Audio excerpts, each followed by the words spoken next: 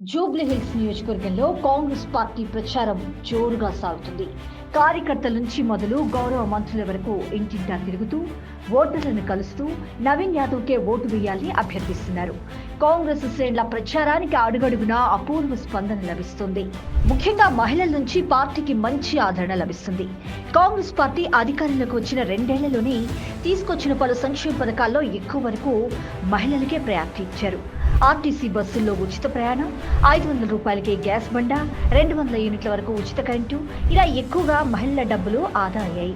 అలాగే మహిళల పేరుపైనే ఇందిరమ్మ గృహాలను కూడా మంజూరు చేస్తున్నారు.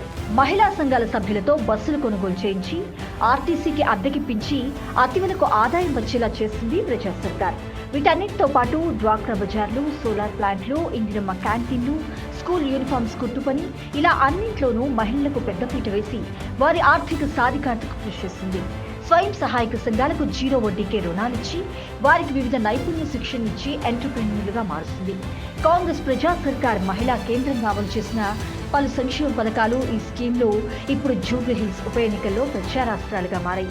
గౌరవ మంత్రులు పొన్నం ప్రభాకర్ గారు, వివేక్ వెంకటస్వామి గారు, తుమ్మల నాగేశ్వరరావు గారు, వాకిటి శ్రీహరి గారు, సీతక్క గారు, గౌరవ ఎంపీ మల్లు రవి గారు ఇంటింటా తిరుగుతూ ఈ పథకాల ప్రాముఖ్యతను వివరిస్తుండగా మహిళల నుంచి మంచి స్పందన వస్తుంది.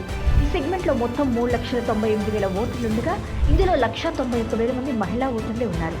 ఇందులో మెజార్టీ మహిళలు కాంగ్రెస్ పార్టీ సంక్షేమ పథకాలతో లబ్ధి పొందిన వారే.